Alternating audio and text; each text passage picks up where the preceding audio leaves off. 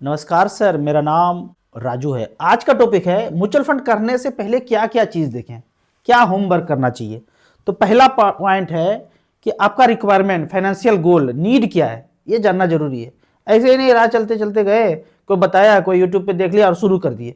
थोड़ा सा आपको क्या चाहिए म्यूचुअल फंड से, नहीं तो होगा यही, आपने 1 लाख लगाया, 2,000 गिरा, आप निकाल लेंगे, या 10,000 बढ़ गया, उससे आप निकालेंगे, अरे ये तो बहुत अच्छा है, निकाल लिया, कुछ काम कर लिया। तो नीड, गोल, फाइनेंशियल गोल सेट करना है। उदाहरण के तौर पे आज मान लेते हैं बच्चे का एक जन्म हुआ और आपके समाज में बच्चों को शादी में 20 लाख रुपए खर्चा करते हैं, लेकिन आज तो शादी करना नहीं है, बच्चे तो अभी छोटे हैं और 20 साल के बाद शादी करना है। तो 6% का इन्फ्लेशन चलेगा तो वो खर्चा जो आज का 20 लाख है प्रेजेंट वैल्यू, उस समय का फ्यूचर वैल्यू 64 लाख हो जाएगा। कैसे कैलकुलेट करेंगे कि यहाँ पे लमसम में वन टाइम में 20 लाख रुपए रखा, 20 साल के बाद 6% का इन्फ्लेशन हो तो आज का जो 20 लाख रुपया है उस समय के 64 लाख रुपए के बराबर होगा। तो हर हाल में आज जो जैसा शादी कर रहे हैं उस समय ऐसा ही शादी करने के लिए 64 लाख रुपया चाहिए। तो इस 64 लाख रुपया को चाहिए एसआईपी के तरीके से।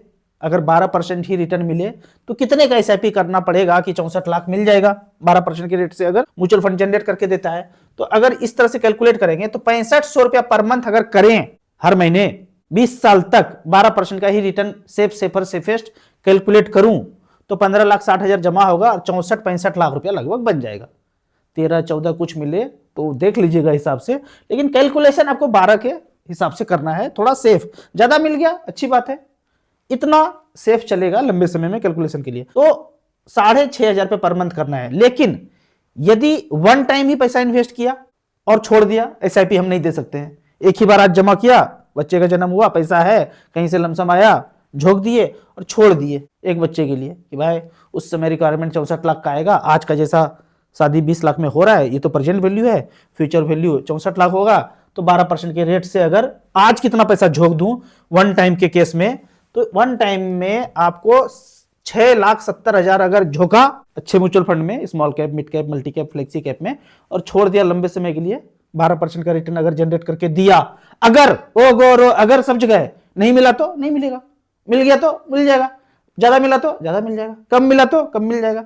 किसी को आप कंप्लेन नहीं कर सकते, क्लेम नहीं कर सकते, आपने बोला था, वीडियो देखा था, केस कर दूंगा, नहीं कर सकते। Mutual fund subjected to market risk, read the offer documents carefully before investing, ये सब अंग्रेजी है, वो पढ़ लीजिए, समझ लीजिए, तभी लगाइए। हम आपको सिर्फ एजुकेट कर रहे हैं, पहले खोपड़ी उपड़ी लगा करके देख लीजिए, सब कुछ समझ में आए फिर ज्यादा पैसा इन्वेस्ट कीजिए। तो यहाँ पे 6,70,000 झोंका, सब कुछ समझने के बाद 20 साल तक इंतजार किया, 12% के रेट से अगर दिया, अगर फिर से आ गया तो 64,63,000 बन सकता है।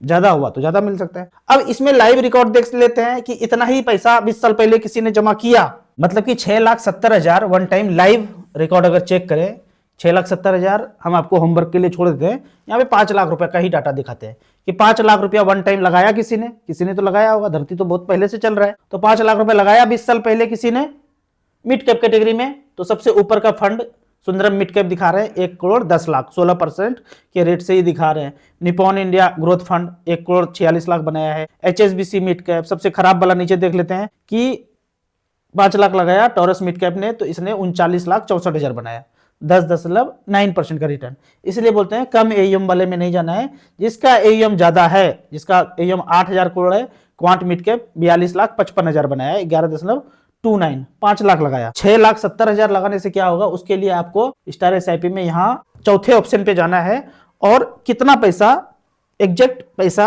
आप इंटर कर सकते हैं, 6,70,000 उस हिसाब से देख सकते हैं। यहाँ पे पैसे का सिलेक्शन नहीं है, जो ऑलरेडी है उसी को सिलेक्ट कर सकते हैं। तो हमने यहाँ पे 5 लाख करके दिखाया, अंदर घुस के आप अलग अलग अमाउंट को भी देख सकते हैं।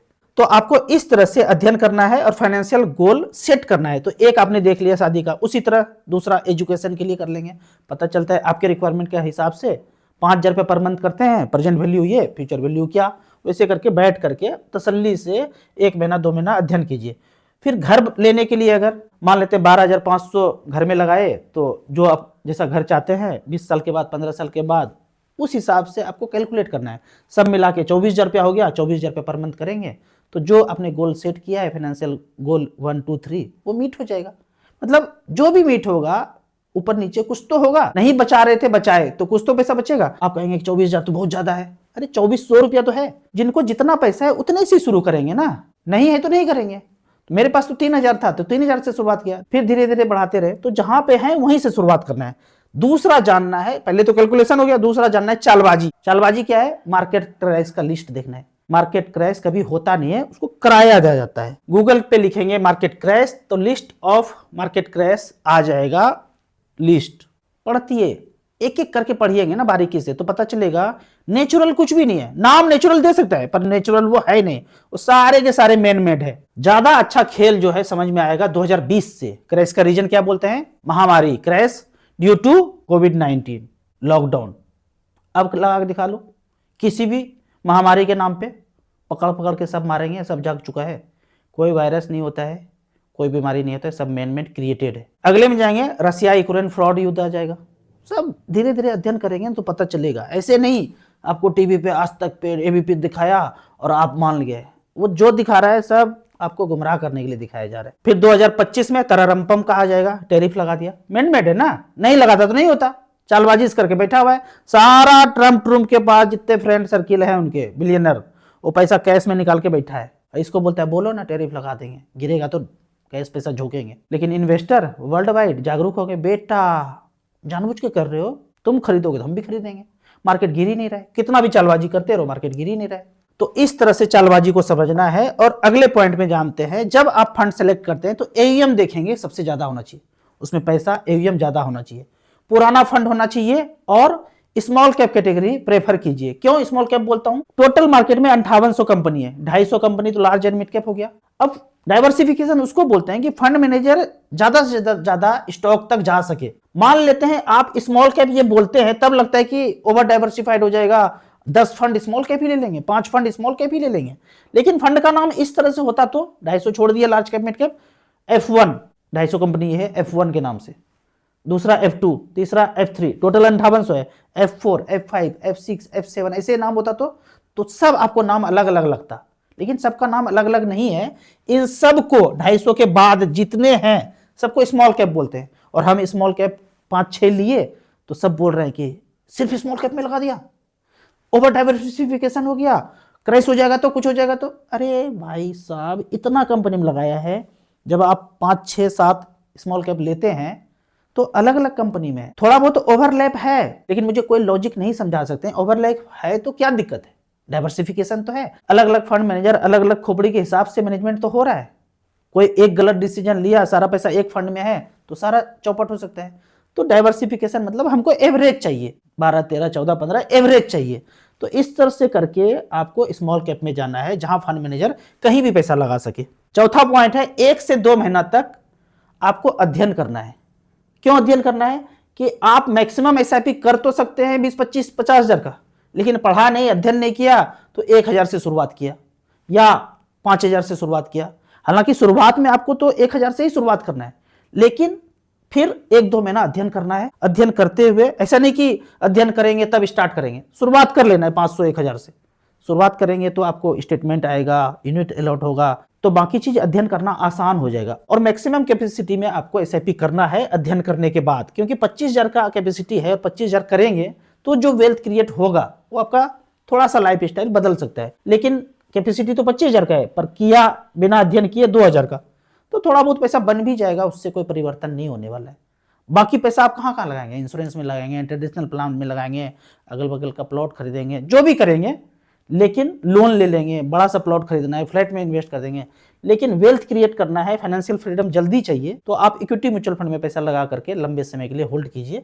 तो ये पॉइंट है कि आपको अपने मैक्सिमम कैपेसिटी में एसआईपी करना है, और ऐसा मैं बोलता हूं 12-15 साल ही करना है। अपने ही वेल्थ से जो भी खरीदना है, लोन लेके कभी नहीं खरीदना है। 5वां पॉइंट है स्टार एसआईपी के ऐप में जाएंगे, एंड्रॉइड में भी, एप्पल में भी वेबसाइट है। 1-2 महीना अध्ययन कीजिए, सब कुछ समझ में आ जाए, फिर डिलीट करके हटा दीजिए। ऐसे नहीं कि मैं ऐप के लिए आपको एडवर्टाइज कर रहा हूँ, खुद अध्ययन कीजिए, अच्छा लगे अध्ययन करने के बाद कोई जरूरत नहीं है, डिलीट करके हटा दीजिए।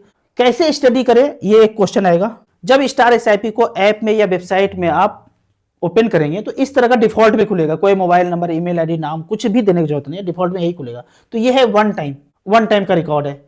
उसके बाद इसके बगल में कि 10 लाख लगाया तो 10 साल में क्या बना, या 5 साल 15 साल में क्या बना, 1 लाख 2 लाख 5 लाख लगाए तो क्या हुआ, एयूएम वाइज जाना है तो एयूएम को सेलेक्ट करके कर लिया, तो ये वन टाइम हो गया। फिर इसको ग्राफ को टच करेंगे, यहाँ पे तो SIP अमाउंट आ जाएगा कि 5,000 रुपया किया, 10,000 किया, 15,000 किया, मिड कैप में किया, स्मॉल कैप में किया तो क्या होगा, 15 साल के लिए, 5 साल के लिए, 10 साल के लिए किया तो क्या हुआ।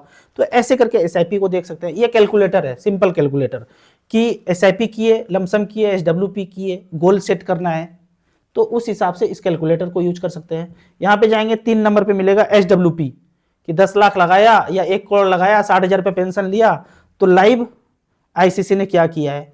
उसके बाद इसके अंदर और फाइन रिसर्च करना है तो MF लाइव रिटर्न में जाकर पॉइंट वाइज कि किस डेट से किस डेट में कितने अमाउंट को सिलेक्ट करके अपने हिसाब से कस्टमाइज आप इसमें अध्ययन कर सकते हैं। One time, SIP, SWP, STP option, NFO क्या चल रहा है, ऑल एसेट्स में कंपैरिजन, तो इस तरह से करके सीख सकते हैं। 5वें नंबर पे बेहतरीन ऑप्शन यहाँ देखने को मिलेगा AMC वाइज कि SBI के जितने भी फंड हैं वो यहाँ पे आ जाएंगे। आपने SBI का लिया है या HDFC का लिया है, वो सारे फंड एक बार देख सकते हैं कि टॉप में कौन चल रहा है, आपने जो सेलेक्ट किया उसका AUM क्या है, कहीं गलत सिलेक्शन ने तो नहीं कर लिया है। तो यहाँ पे AUM भी दिया हुआ है, 36,000 करोड़ है, 13,000 करोड़ है, 5,000 करोड़ से ऊपर का AUM है तो आपने फंड ठीक ठाक सेलेक्ट किया है, उससे कम है तो बचना चाहिए।